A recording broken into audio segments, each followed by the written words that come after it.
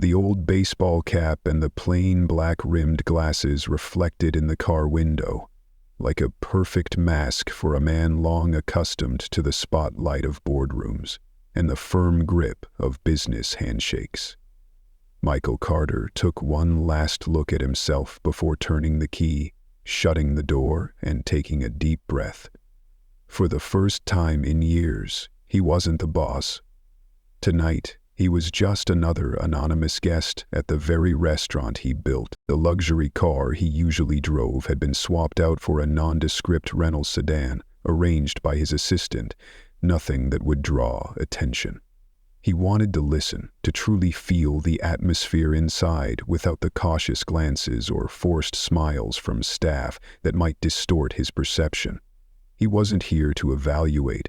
He was here to understand. 15 years ago, Carter's Steakhouse was a daring dream. Michael once worked behind the line himself, seasoning each dish by hand, training every employee with the belief that quality was the foundation of success. But now, with over 10 locations across 3 states, he had become a symbol and had gradually drifted away from the kitchen where it all began. These days, it was all about strategy meetings and sterile revenue spreadsheets. A quiet, growing sense of disconnection had crept in. Recent reviews of his flagship location, his first restaurant, had stirred something in him. While some guests praised new dishes for exceeding expectations, others complained of unprofessional service, long wait times, and indifferent staff. Michael didn't trust what he read online. He needed to see for himself. Walking into the restaurant felt like stepping back into a distant memory. Warm amber lighting, polished mahogany wood, the sizzle of the open kitchen. Everything was still there. Yet, something felt off. Like the soul of the place had shifted without him noticing. Perhaps he had changed too? "Welcome to Carter's," a young hostess greeted him with a polite smile, her tone professional, just enough but missing something. Genuine warmth, maybe? "Do you have a reservation?" "Michael Johnson, party of 1, he replied, using the alias he'd booked under that morning. She quickly checked the system and led him to a window-side table. On the way, Michael scanned every detail. The entryway carpet was slightly worn, a clumsy staff member fumbled with silverware at an empty table, the sound of guests' laughter blended with the background music. Everything was fine, yet lacked cohesion, missing what he once called the soul of service. From his seat, he had a clear view of the dining room and the open kitchen, where chefs in crisp white jackets moved like dancers, every motion precise and practiced. One caught his eye, a younger man, focused, plating dishes with an almost artistic touch.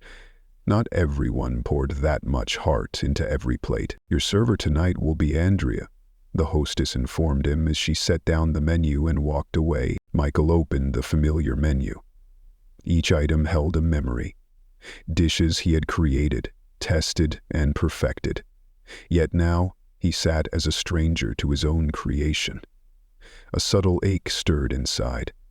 A father no longer fully recognizing the home he had built. Andrea approached with a warm smile and kind eyes, softening his mood.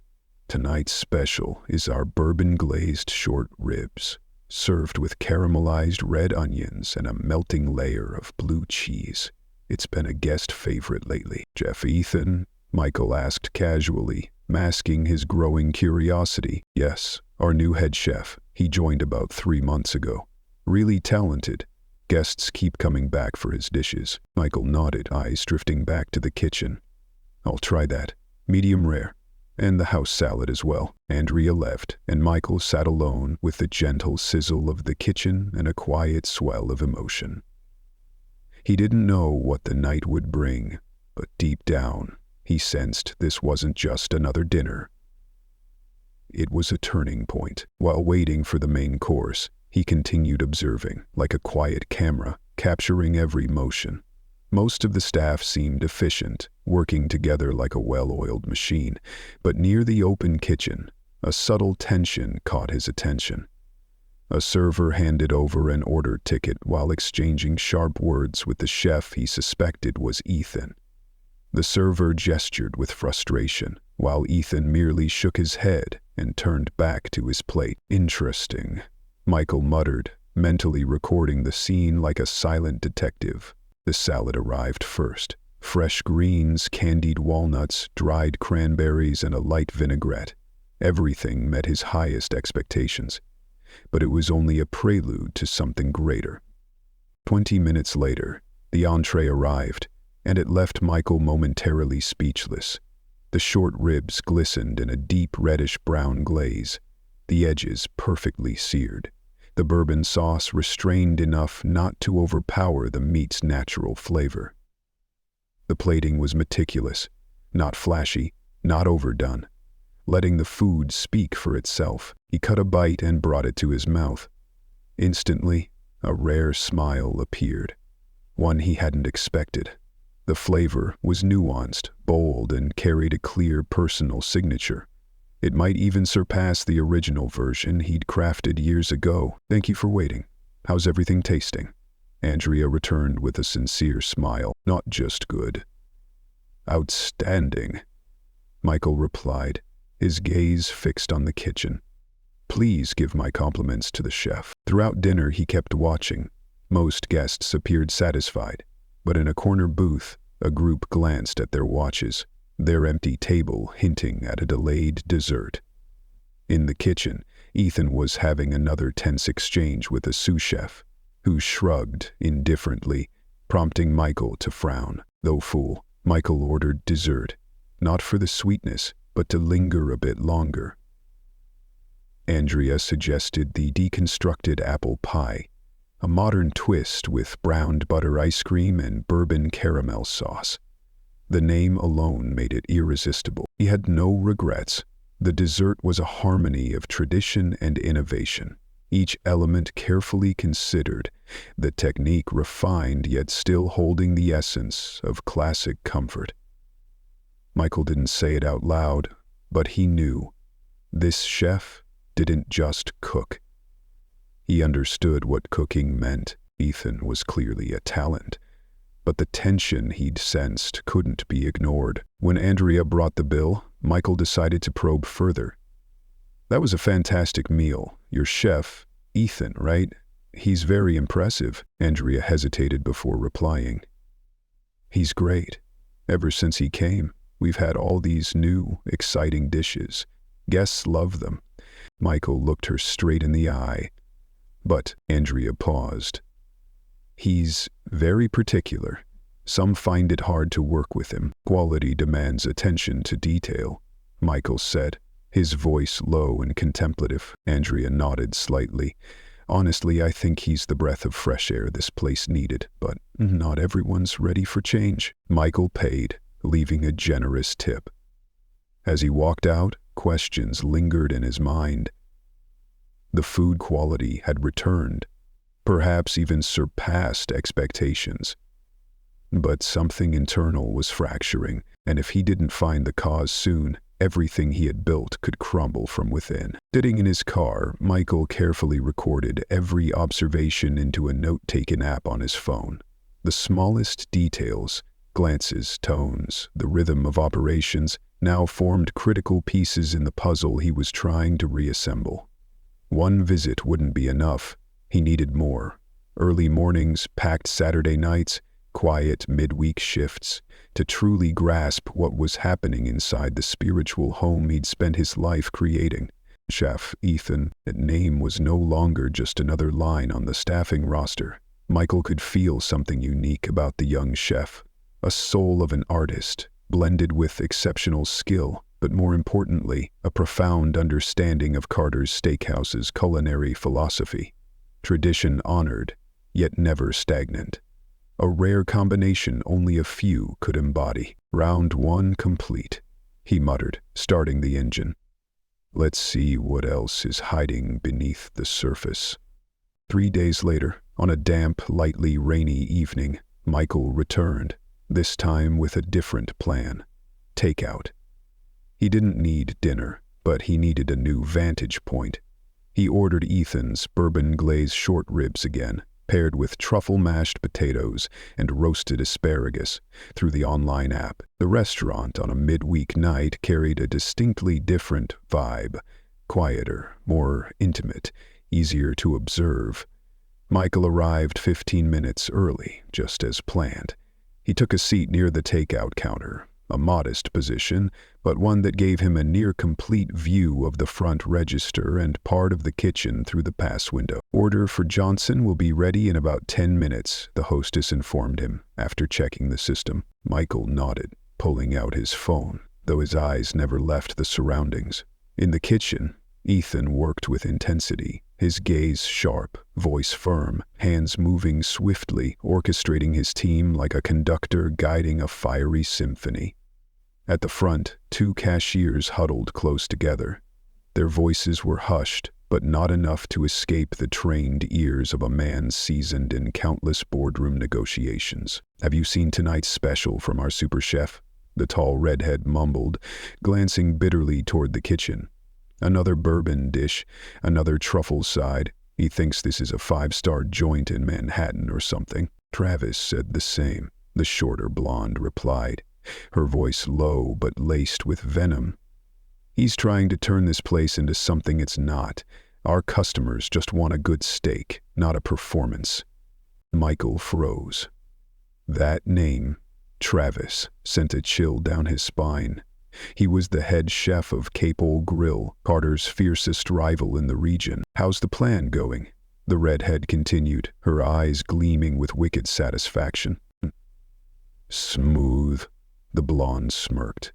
"Travis said if things stay like this, Ethan will quit or get fired within a month. Last week I swapped out his specialty salt for regular. You should have seen his face when he found out. In the middle of service," Michael's heart tightened. His grip on the phone turned his knuckles white. A part of him wanted to storm over and expose them on the spot, but the business warrior in him whispered, "Stay calm, observe, gather evidence." "I've been stretching the service times on all his orders by at least 10 minutes, the redhead laughed. "Guests complain and management blames him for the delays." Each word hit Michael like a dagger. He once thought the issue at his restaurant stemmed from his detachment. The truth was far more sinister. "You adjusted the seafood delivery like Travis asked?" the blonde asked, like delivering a final blow. "Of course. Moved it from Monday morning to the afternoon. He had to scramble all afternoon just to prep, and naturally got chewed out for poor planning." Both women burst out laughing, as if they'd just won some cruel game. Michael sat motionless, his body chilled under the weight of the evening rain. There was no longer any doubt. This wasn't internal friction. It was deliberate sabotage, and Ethan, the young chef, bearing the brunt by those right beside him. Rage simmered quietly within, but Michael stayed silent. This wasn't the time to strike. Before acting, he needed more. Proof, witnesses, and a plan no one could derail. Because this time it wasn't just the restaurant's reputation at stake. It was its very soul. "He promised me front row tickets to next month's concert if he gets promoted to executive chef," the blonde said with a sly grin. "And he said once he's running the kitchen we'll get prime shifts and a cut of the bonus from the new contracts," the redhead chimed in, her eyes shining like she'd just hit the jackpot. Michael was stunned, every word thrown on the fire raging inside him. Worse yet, they mentioned the manager, someone Travis used to be close with back when he worked at Carter's.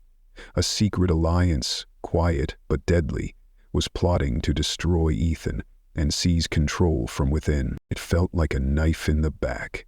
All the values he had poured into this place, teamwork, integrity, passion for food, were now being trampled by greed.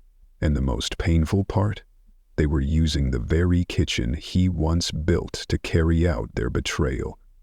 "Order for Johnson," a voice called from the kitchen, snapping Michael out of his thoughts. Melissa, the blonde, brought the food bag to the counter. "That'll be $54.87, she said with a smile so practiced, it now struck Michael as grotesquely fake. He paid silently, eyes locked on the name tag. Melissa. The redhead, Jessica. Those names burned into his mind like red pins on a war map. "Enjoy your meal," Melissa cooed sweetly. "Thank you," Michael replied evenly, revealing nothing. "I'm sure I will." Back in his car, he placed the food on the passenger seat and sat in silence. The rain tapped softly on the windshield, like invisible tears falling from the soul of a man watching his life's work come under attack. He stared into the distance, his mind spinning with anger and grief. Every action had been calculated, swapping ingredients, manipulating delivery schedules, delaying service times, sabotaging the kitchen workflow, all to make Ethan look incompetent. Each act was a stab in the back, subtle yet devastating. No wonder customers had started complaining about inconsistency. Ethan was fighting a war he didn't even know he was in. Michael opened his phone and hurriedly typed out everything he had heard, including the two names and their connection to Travis. What began as curiosity about Ethan had now evolved into something protective. The young chef wasn't just an employee, he was the living embodiment of Carter's philosophy: passion, creativity, and professional integrity. As he drove home, thoughts raced. The plan had to be sharper. He would return, at different times, on different days, to observe from every angle. He would investigate the link between the current manager and Travis, but more importantly, he needed to understand Ethan better. What had brought someone like him to Carter's, and how had he managed to maintain such high quality despite being sabotaged every single shift? Michael tightened his grip on the steering wheel. This wasn't just about internal politics anymore. It was a battle for character, for honor, for legacy. "No one is allowed to sabotage my restaurant," he whispered like a vow. "And no one will destroy a good man under the guise of fair competition." But he still didn't know the road ahead would reveal more than just workplace schemes. The truth he was about to face would shake not only the structure of his business, but perhaps even the beliefs that had shaped his entire life. 2 weeks later, Michael quietly launched the next phase of his plan. He began appearing at the restaurant unannounced, watching from the bar, the lounge, even from the table near the restrooms, where no one paid much attention. Each visit, he noted every odd behavior: wrong orders sent out, dishes returned without real reason, subtle glances exchanged between certain staff. On a busy Saturday night, Michael sat at the bar with a neat whiskey, eyes fixed on the kitchen window. A steak had just been sent back. "Guest says it's overcooked," the server said loudly, wearing an innocent face, but flashed a sly smirk that only someone as observant as Michael could notice. A part of him wanted to stand and call them out by name, but no. This game demanded patience. He would gather every piece of evidence needed, and when the time came, he wouldn't just save Ethan. He would cleanse the very heart of Carter's Steakhouse. Ethan quietly sliced the returned steak with a shining blade. Inside was the perfect pink center, medium rare, exactly as requested. "It's cooked to order," he said, his voice calm though his eyes revealed a quiet disappointment. The manager, Robert, whom Michael had once trusted enough to promote 3 years ago, approached the kitchen, wearing a smug expression. "Another complaint? That's the third one tonight. This steak was cooked correctly," Ethan replied, holding the plate up to the light. The pink center was undeniable proof. "The customer is always right." Robert waved dismissively. "Do it again. Hurry. Table 7's been waiting over 20 minutes for their appetizer." Ethan paused. "I haven't received an order for table 7. But then, from his usual observation spot, Michael saw Jessica, the redhead cashier, slip by the order counter. She slid a fresh order ticket onto the completed pile, then whispered something to a server, both of them chuckling like they'd just shared a delicious secret. "Ah, here it is," Robert suddenly announced, pulling the new ticket from the stack. It was marked as already served. "Ethan, you need to stay on top of your tickets." Ethan clenched his jaw but said nothing. While redo the appetizer and prep a new steak immediately, Michael watched Ethan's composure. Every move he made was swift yet precise. Under pressure, the young man maintained a kind of silent dignity, a quality that struck Michael deeply. It was as if he were watching a reflection of his younger self. That night, he witnessed a quiet exchange between Ethan and a young sous chef, one of the few who still treated him with kindness. "Chef, why does the demi-glace taste different today?" The young sous chef held up a container of sauce, his face worried. "It's not as thick as usual." Ethan took a taste, then frowned. "This isn't our stock. Someone swapped it with commercial beef bouillon cubes." He closed his eyes for a moment, as if swallowing a wave of anger, then opened them, his voice low and steady. "We'll remake it. I have backup stock in my personal cooler. I always keep it just in case something like this happens." Michael gripped the armrest of his seat. Ethan knew he was being sabotaged. And still, he didn't complain. He didn't accuse anyone. He simply found a way to save the dish. Day after day, on a weekday afternoon, Michael witnessed another moment that tightened his chest. Ethan personally brought out a dish to a table, replacing one that had been sent back for being cold. "I sincerely apologize for the delay," he said, eyes genuine. "This dish just came out of the kitchen. I hope it meets your expectations." As he walked away, Michael overheard a server whisper, like it's his fault. "That plate sat under the heat lamp for 10 minutes and no one told him." Another server shrugged. "Travis planned it that way. Make him look bad so management begs him to come back." Michael felt like he'd taken a punch to the chest. Amid the cruelty, Ethan stood tall, not just with skill, but with moral strength. Each time a dish was returned, he didn't get angry. He inspected it, learned from it, improved it. Even though he likely knew the complaints were lies. On a quiet Monday evening after service, Michael stayed late. The dim kitchen lights cast long shadows as Ethan sat alone, flipping through the day's order tickets and carefully jotting notes into a small notebook.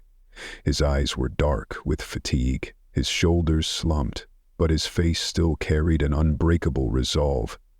Robert showed up, grumbling about food costs. Ethan listened, nodded at the right moments, didn't protest, then returned to his work as if the scolding hadn't happened. What pained Michael most wasn't what Ethan was enduring.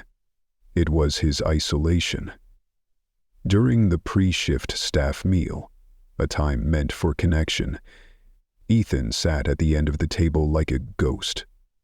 On the other side, staff laughed, ate, and joked together.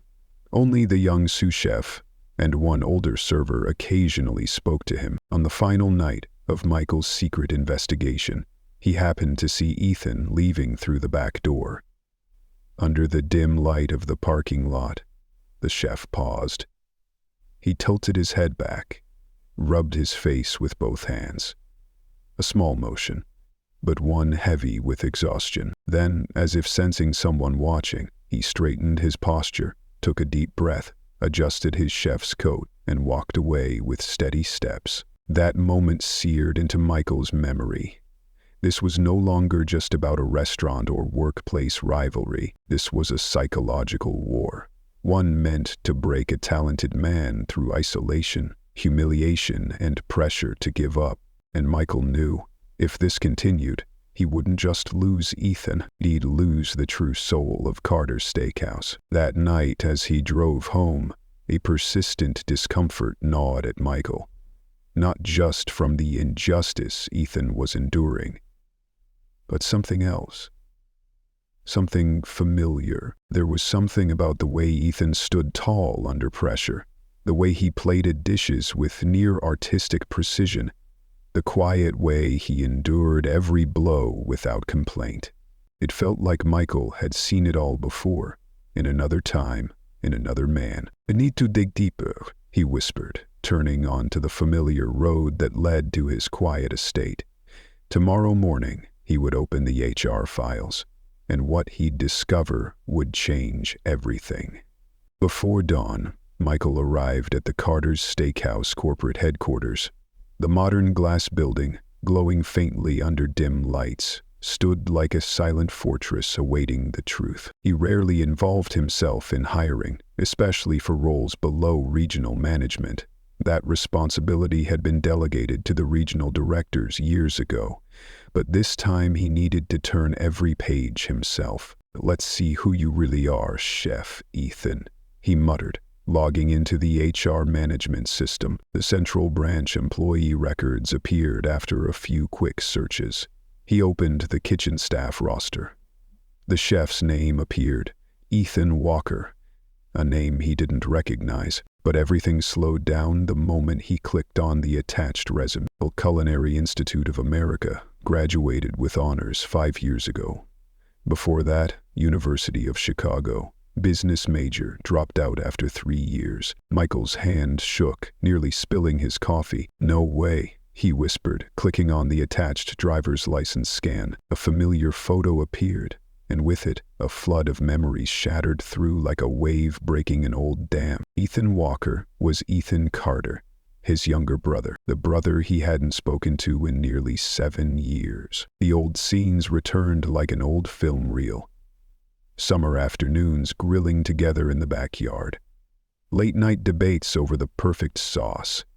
And then, the heated arguments. When Ethan dropped out of business school to chase his culinary dream. "I don't need your pity," Ethan had shouted the last time they'd spoken civilly. "I won't live in Michael Carter's shadow. I'll stand on my own. Or not at all."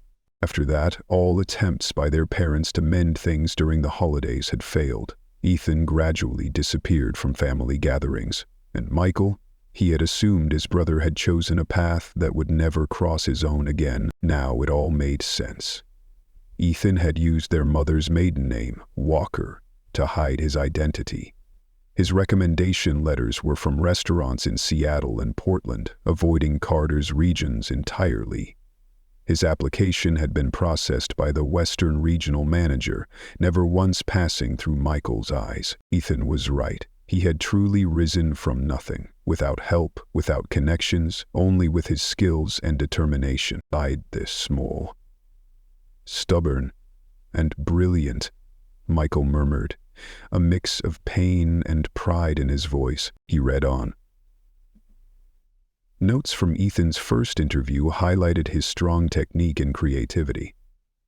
An applicant who fully understands the Carter's culinary philosophy while offering a fresh perspective. 3 months ago, when the former head chef left unexpectedly, Ethan was promoted based on guest reviews and performance. And that's when the problems began. The timeline matched everything Michael had observed. Tampered orders, sabotaged sauces, delayed service, all triggered the moment Ethan, unbeknownst to anyone, the founder's blood, began to succeed on his own merit. Michael sat in the silent office, screen light casting shadows on his face, emotions swirling like a storm, pride, regret, sorrow, and fury, all entangled. He wasn't just witnessing an attack on his business, he was watching a part of his own family, his proud, solitary, resilient brother, being pushed to the brink simply for daring to walk his own path. And now, Michael knew he could no longer just be an observer. It was time for him to act, not just to save Ethan, but to make things right. All the final pieces had clicked into place. Travis, the former sous chef who had been passed over for promotion, left Carter's shortly after and quickly joined their rival, Capital Grille. And now, he was pulling the strings, orchestrating a quiet campaign of sabotage from the outside, aimed directly at Ethan. Michael sat silently in his office, leaning back in his chair, the full weight of the situation pressing on his chest like a boulder. His brother, the one who had chosen his own path, refusing the privileges that came with the Carter name, was now fighting in the dark, completely alone. He had thought he was observing objectively, but the truth was, he had been blind. He hadn't recognized the familiar signature in Ethan's plating, the care, the finesse, the warmth. He didn't realize the spirit of their family still lived on in every dish. Michael's eyes passed over Ethan's application again. One small detail made him pause.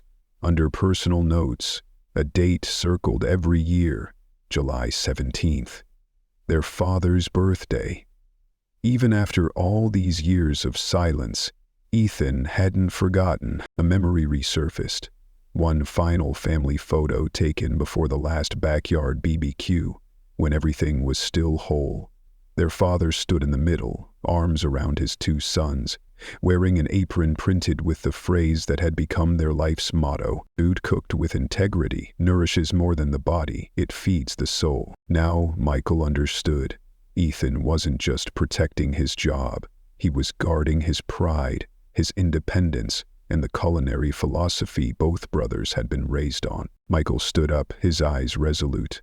He couldn't let Ethan fight alone for one more day. "Send me all security footage from the past month at the Central Branch," he said crisply into the phone to the head of security. "Keep this strictly confidential." That afternoon, in a private surveillance room, Michael watched the truth unfold, frame by frame. Jessica discreetly removing order slips, Melissa swapping out ingredients, servers holding plates until they went cold before delivering them. All of it choreographed, like a cruel play, rehearsed to perfection. The most damning footage came from a crystal-clear recording. Robert, the current manager, inside his office, shaking hands with Travis, his other hand slipping an envelope into his pocket. Michael didn't explode in rage. What he felt was a bone-deep chill. The betrayal had rotted down to the roots. He slowly gathered all the evidence, organizing it clip by clip. Tomorrow, everything would come to light, and for the first time in 7 years, the Carter brothers would stand on the same side, even if Ethan didn't realize it yet. At 4:30 p.m. the next day, Michael Carter walked into Carter's steakhouse. No disguise, no hesitation. A tailored charcoal gray suit hugged his frame. Polished Italian leather shoes gleamed, and on his lapel was a small pin shaped like a bowl, the personal emblem of the restaurant's founder. The room seemed to freeze the moment he appeared. The young hostess nearly dropped her tablet. "Mr. Carter, I didn't know you were coming today." "Unannounced visit," Michael replied, his polite smile firm and unwavering. "Please inform the manager I'll be attending the staff meeting. I'd like it held in the main dining room, not the break room. Everyone must be present." She rushed off to deliver the message, leaving Michael standing in the entryway where the grand opening photo of the first restaurant still hung. In the picture, a younger Michael, hair still black, held ceremonial scissors. He knew Ethan had probably passed that photo hundreds of times, hiding his identity, quietly cooking in the shadow of his own older brother, without anyone knowing. News of Michael's arrival spread like wildfire. Staff left the kitchen, adjusted their uniforms, whispering nervous guesses and theories. Robert stepped out of his office, pale-faced but forcing a smile. "Mr. Carter, what an honor. If only I'd known you were coming." "Exactly why I didn't say anything," Michael interrupted, shaking hands briefly. "I need to see the operation in its rawest form." By 5 p.m. sharp, the entire staff had assembled in the dining room. A wide arc of people stood in rows. Chefs, servers, hostesses, cashiers. Michael observed them carefully. In the far corner, Jessica and Melissa whispered to each other, their faces tense and shifty. And across the room, standing apart from the rest, was Ethan, in his white chef's coat. Their eyes met. Ethan frowned slightly, and then something flickered in his gaze. Recognition. Michael gave a small, almost imperceptible nod, an unspoken acknowledgement. "For those who haven't met me," he began, his voice carrying across the room like a sermon in a cathedral. "I'm Michael Carter." He paused, scanning every face. "I've been here many times over the past month as a regular customer." A ripple of shock moved through the room. Faces blanched. Those who knew they had done wrong, knew the truth was now knocking at the door. Carter's Steakhouse was built on two pillars: culinary excellence and uncompromising professional integrity. In the early days, I personally interviewed every hire, inspected every ingredient, and cooked side by side with my kitchen team every day. Michael stepped into the center of the room and bowed his head slightly toward Ethan. But as the company grew, I had to trust others to uphold those standards, and unfortunately, he raised his head, his voice colder now, firmer. Not everyone was worthy of that trust. Trust has been broken, Michael declared. His voice low but heavy, he signaled toward a laptop placed on a table at the center of the room. A few quick keystrokes, and security footage began playing on the large wall mount screen. Painstakingly edited clips from the past month. Clear evidence of a silent conspiracy. Jessica quietly pulling tickets from the kitchen queue. Melissa tampering with specialty ingredients. Servers intentionally holding food until it went cold before serving it. And finally, the undeniable footage. Robert, the manager, in his office, taking an envelope from Travis, the executive chef of their biggest competitor. A deathly silence fell. Robert's face turned ghost white. Jessica and Melissa lowered their heads, shrinking into themselves, as if awaiting a lightning strike. "This isn't just unprofessional," Michael continued, his voice now taut like a bowstring. "This is a calculated operation, meant to destroy a talented chef and damage the reputation of this restaurant. For the benefit of a rival," he turned to Robert, his gaze like a laser. "Would you like to explain receiving money from Travis, the head chef at Capitol Grill? Or should I go on?" Robert tried to recover. Travis and I worked together for years. He felt he was overlooked, and you helped him destroy Ethan," Michael cut in, his voice sharp as a blade. "You let this restaurant's name plummet, abandon a chef who gave everything to this kitchen, all for a few dirty dollars. That's not business. That's betrayal." Robert lowered his head. "It was just business." "No," Michael said, his voice now ringing like a church bell. "Business is about contracts and handshakes. What you did was stabbing someone in the back." He turned to the waiting security staff. "You're fired, effective immediately. Surrender your keys and leave the premises under supervision." Then he turned to Jessica and Melissa. "You're both dismissed as well. Your final paychecks will be mailed." They walked out quietly, escorted by security. The remaining employees stood frozen. Michael took a deep breath, steadying himself. "For those who participated in this conspiracy," he said, not angry now, but passing judgment, "you have 30 seconds to step forward. After that, I'll review all remaining footage. Anyone identified later won't just lose their job. They'll face legal consequences." A few heavy seconds passed. Then 4 staff members, 3 servers and a bartender, silently stepped out. No words were spoken. Michael gave a curt nod, and they too were escorted out. When the door closed behind them, the air in the room softened. Michael turned to those who remained, still shaken but standing tall. "Those of you still here," he said, "are the ones who held on to your ethics, and I thank you for that." His eyes landed on the young sous chef and the older server, 2 of the only people who had ever shown Ethan respect. "For those who did the right thing, even when silence was easier, you'll see that reflected in your next reviews." He turned to Ethan, who had remained silent the entire time, his expression a mix of shock, relief, and the exhaustion of weeks spent enduring quietly. "Chef Ethan," Michael said at last, "I'd like to speak with you privately." Ethan gave a slight nod. They left the room and walked into the manager's office. The door closed quietly behind them, and that enclosed space now became the stage for a reunion 7 years in the making. 2 men. 2 different paths.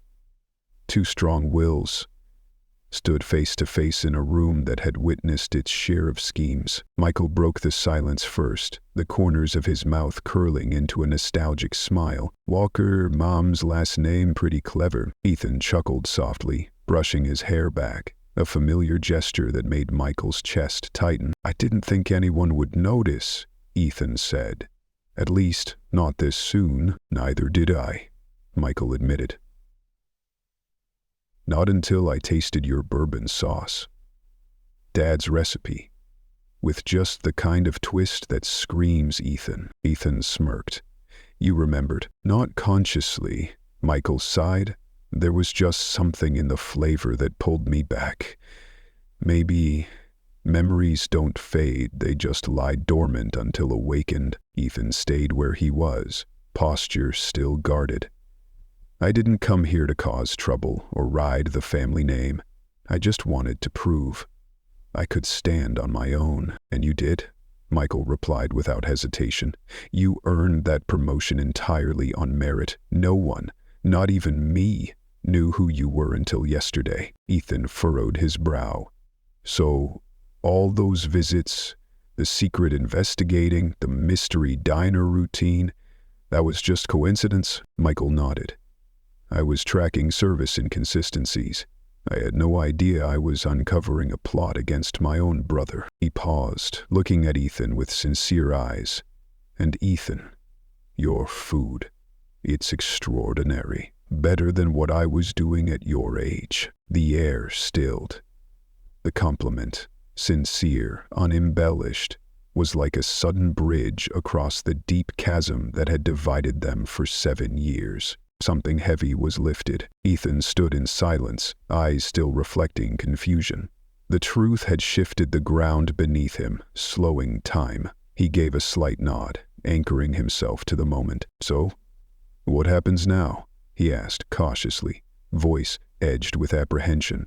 "I mean," he continued, "my position here is complicated, isn't it?" Michael didn't answer right away. He walked to the window overlooking the kitchen. Through the glass, they could see the team preparing for the dinner rush. The atmosphere was energetic, but no longer tense. It felt like renewal. "I'd like you to stay on as head chef," Michael said firmly. Ethan tensed. "Michael, not because we're brothers," Michael continued, turning to face him, "but because you've earned it. You maintained quality under intentional sabotage. You handled it with composure and dignity, better than I ever could have at your age." He paused, eyes sincere. "This isn't favoritism. It's recognition." Ethan considered it. His heart was a storm, his long-darted independence now facing the chance to reunite under the very name he once rejected. "What if I say no?" Ethan asked slowly. "What if I still want to go my own way?" Michael gave a soft smile. "Then I'll accept that. But I hope you stay. Not because I need you, but because this restaurant needs the best. And that's you." He hesitated. "Besides, we've got 7 years to make up for." Something shifted in Ethan's eyes. The guard he'd held for so long began to crack.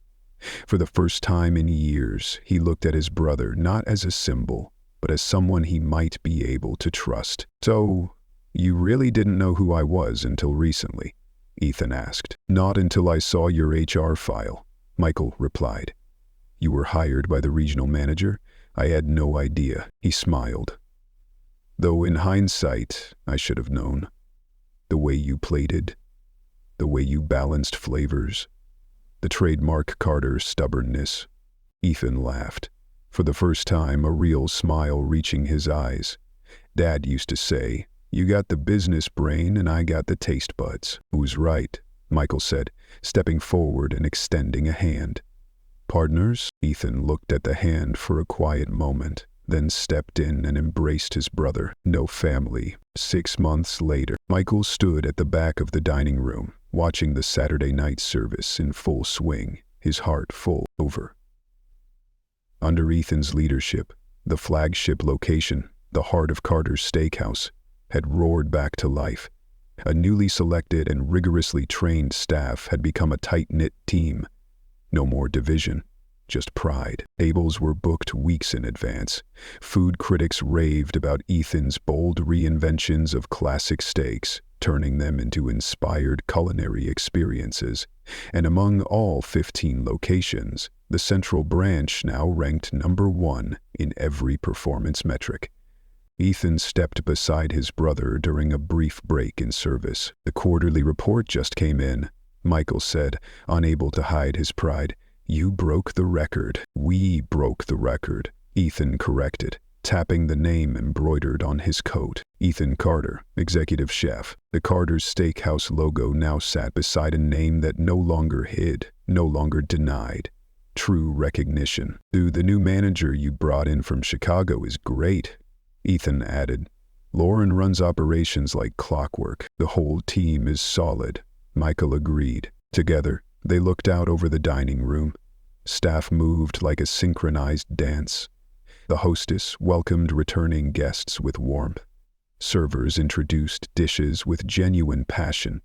The open kitchen glowed, where food was crafted with care. "Dad would be proud if he could see this," Ethan said quietly. Michael nodded, eyes glistening. "He'll always said, food doesn't just feed the body, it feeds the heart of the one who makes it." And now, that heart had healed. The brothers stood side by side.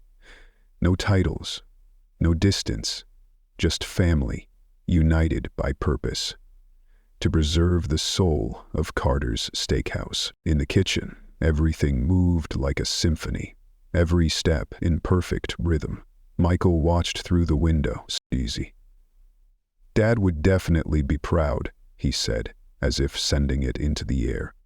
Ethan nodded, a warm smile forming at the corners of his mouth. "Proud of both of us." He glanced at his watch, then looked to his brother, eyes twinkling with mischief. "By the way, I invited Mom tonight.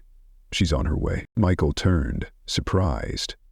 "You didn't tell me." "Call it payback for your undercover customer routine." Ethan grinned, half teasing, half fond. Michael laughed, patting his brother's shoulder. "Fair enough." They walked toward the entrance, their footsteps in sync with the soft music playing through the restaurant. Michael glanced back over the journey. A path that started with a simple quality check, but ended in exposing sabotage, healing family wounds, and reviving the values he thought were lost. As they reached the lobby, Ethan tilted his head. "Oh, did you hear? Capital Grille's revenue dropped 30% since Travis took over." Michael raised a brow, not surprised. Destruction is easy. Talent builds legacy. Ethan smirked. "Their loss, our gain." Through the window, they saw a familiar figure step out of a car. Silver hair neatly tied, sharp eyes still glowing with timeless love. The mother they'd once both been distant from. The brothers exchanged a glance. Not rivals, not strangers, not just partners.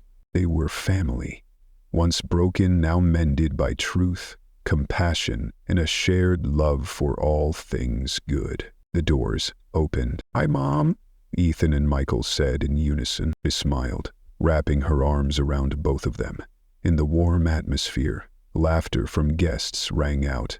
Glasses clinked, steaks sizzled from the open kitchen, all of it coming together in a symphony of success, not just in business, but in character. A restaurant built on quality, sustained by integrity, and reborn through the unbreakable strength of family.